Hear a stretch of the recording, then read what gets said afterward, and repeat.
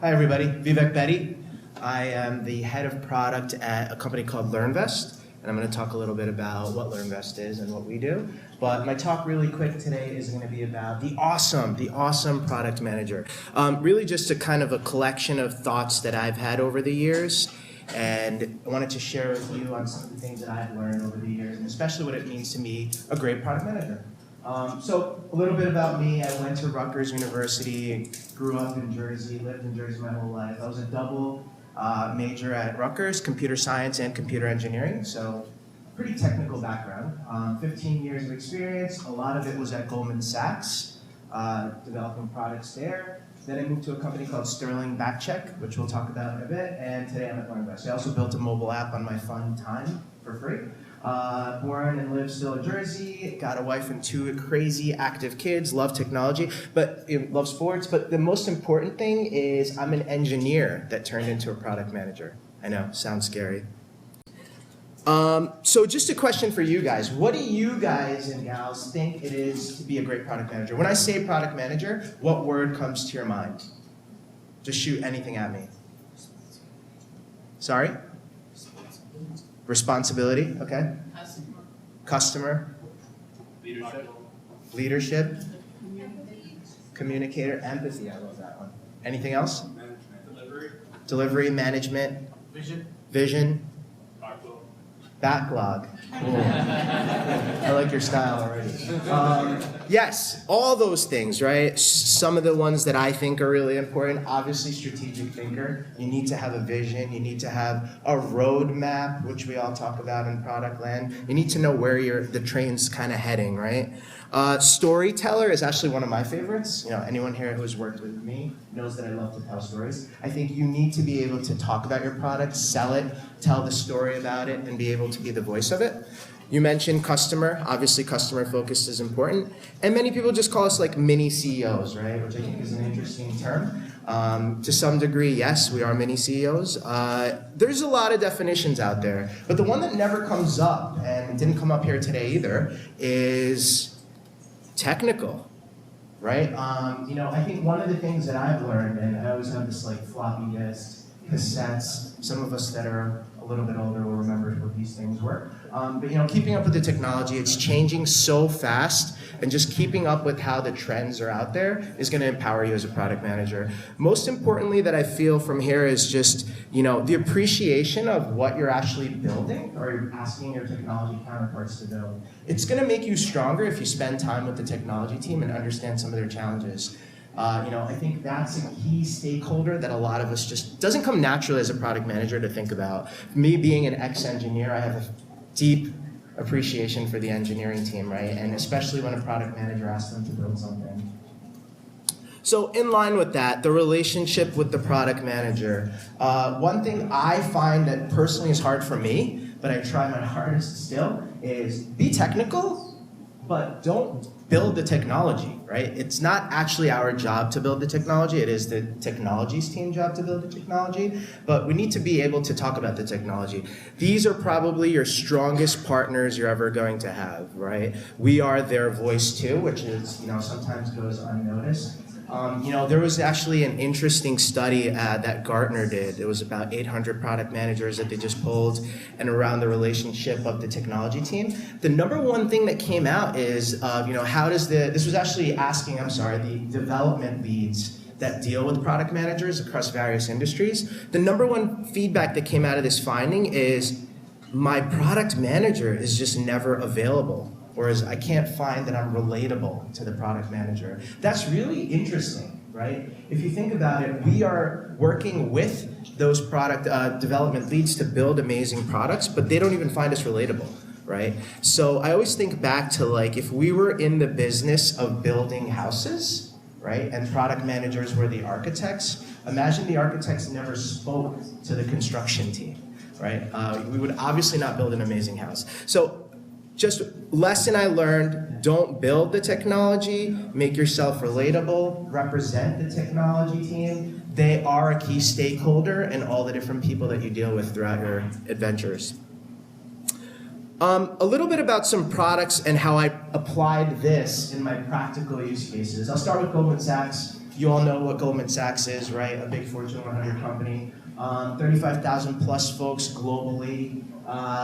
Interesting thing about my time at Goldman Sachs is the millennials wanted to change the way that they use communication. The senior bankers absolutely didn't, right? Now the interesting perspective here is 80% of the revenue actually comes from the senior bankers. So, that's an interesting challenge. A funny story, the head of investment banking at Goldman Sachs hasn't logged onto his PC in the last 3 years. Still picks up the phone, makes the calls, it's a relationship business, has not checked any email, doesn't even know that he might have gotten promoted and emails went out, right? This is kind of the nature of what you're working with when you're dealing with that type of industry.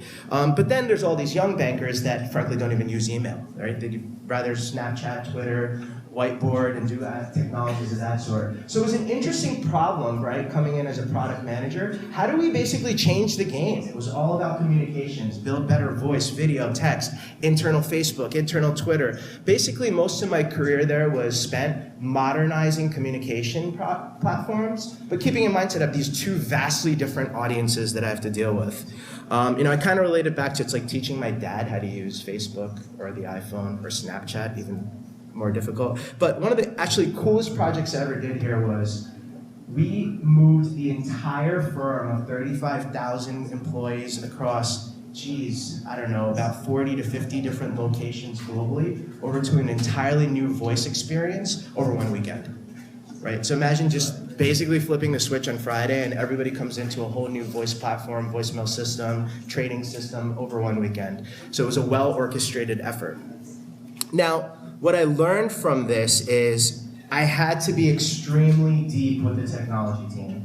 I spent time whiteboarding, I spent time understanding what are the challenges. Most importantly, I just spent time getting to know them. In my busy schedule, I would always make 2 coffee chats that I just talked to one of the developers. Selfishly, I just wanted to know what the cool things there are out there from the developers, but more importantly, we wanted to understand what are their challenges when we're looking to do this. When I'm trying to convince these bankers that we should move to this new platform or this is the cool product that everybody's using, I want to make sure that I'm representing something that can actually be achieved and is doable. So a lot of time was spent there. The other thing is, big companies care a lot about risk. I know we all know this and we talk about it. I had to go to the head of compliance. This was probably like my worst day at Goldman in 13 years. I had to go to the head of compliance and convince him that we should use video chat over the cloud, right? For a Fortune 100 company like Goldman Sachs, that's kind of an unheard of thing to do, right? Reputational risks. His comment back to me was, what if someone recorded the video chat with Lloyd Blankfein and put it on YouTube and made funny faces about it, right? So this is the types of challenges that we have to deal with. And if you're not empowered and you don't know that the video is encrypted or the way we're building out the technology has definitely infrastructure involved, these are the types of things that I actually had to represent the technology team to win over our stakeholders. Performance, I always talk about this one, especially when you're dealing with a Fortune 100 company, and you're dealing with UDP-based, sensitive products such as voice, video, text. Performance matters. And this is really interesting, but it's just like keeping perspective is interesting. This was probably the worst way to have a pilot, but we were ambitious. So we had the entire Goldman Sachs boardroom, had a video chat with Warren Buffett and his boardroom, and probably the worst way to pilot, but it actually went my thought was if we get through that, we're probably gonna be good from here on in. So there was literally in the 2-hour call, there was like a 30-second blip, right? Because someone said something and the other side couldn't hear it. And the feedback that came back was, this was an amazing, awesome experience, that blip, right? So it was a lot keeping perspective. Now we can go back to the think tank and redevelop the technology, but a lot of it was just letting the bankers know that that's reality. You just use video chat, right?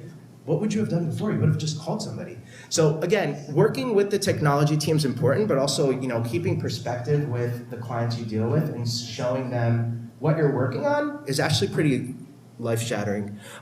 Push back on users. Wow. I was on the trading floor. We were building out turrets. Turrets are just big fancy phones that traders use with a bunch of buttons and lines. If you're in the banking industry, you know what a turret is. So we had to basically rip out their entire turret system and move it to a new one that's You can text, you can IM with Bloomberg, you can chat with other bankers across different companies. So this is really cool, right? And today it's literally a big button that says C.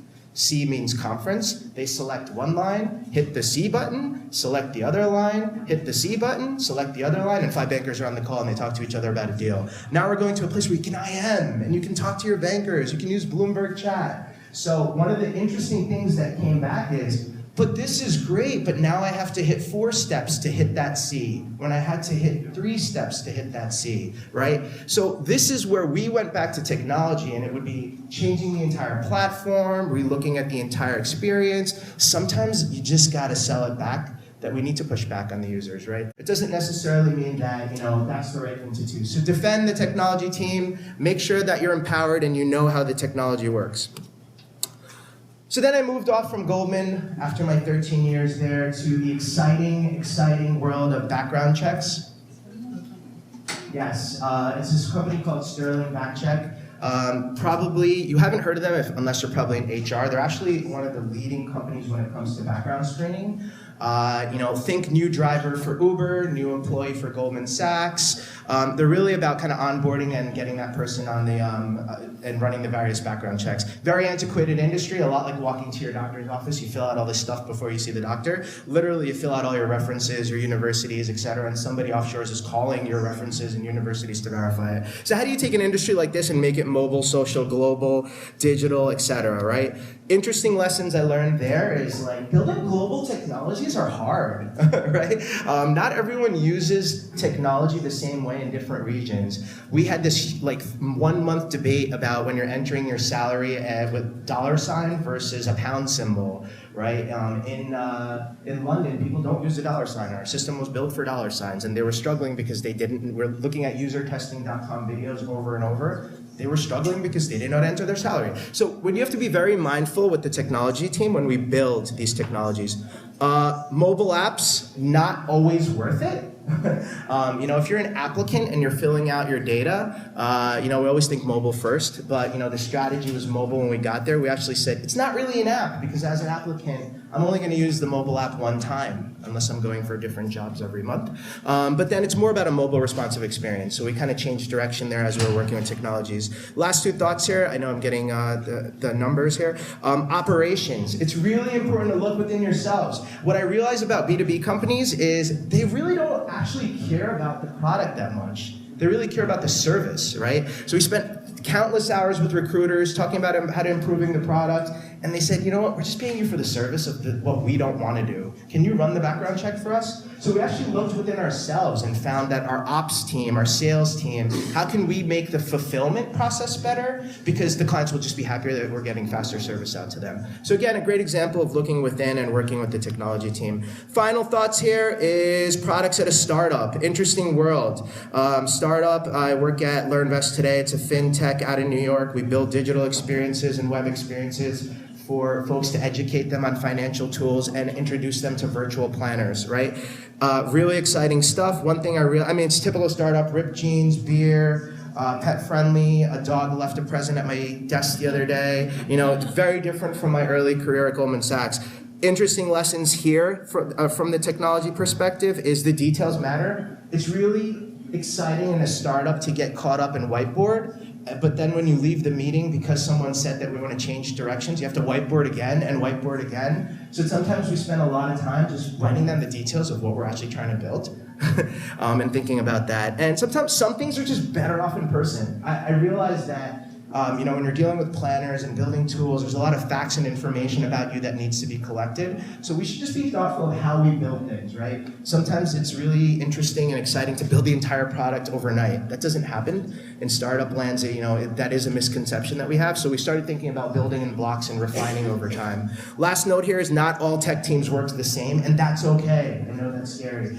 We have 5 different dev teams. One team loves all the details, the specs. The other team just wants to go on a whiteboard and write down the specs after. Some people like user stories. Some people like use cases. I would argue it's the same thing. Some people want Agile. Some people don't know what Agile is. But at the end of the day, Not everyone works the same, and just figure out what works right with your tech partners. Final thoughts here, technical attitude, extremely important. One of my best buddies is actually the product manager for Apple for the iPhone. We have this debate all the time. The East Coast product manager, the West Coast product manager. East Coast is more about the bottom line, the revenue. The West Coast is more about the user experience and ex-developer. I think the right answer is somewhere in the middle. You need to be a little bit of both. But what I learned over the years that make friends with the tech team. This quote always resonates with me. It's interesting. Product management is not just buying a new house, but it's also making sure the dust underneath the fridge and the furniture are clean too, right? So we need to be detail orientated. You need to understand the products being built, and you need to be able to represent and be the voice for the tech team as well. I'm done. Any questions at the end? But thank you for your time.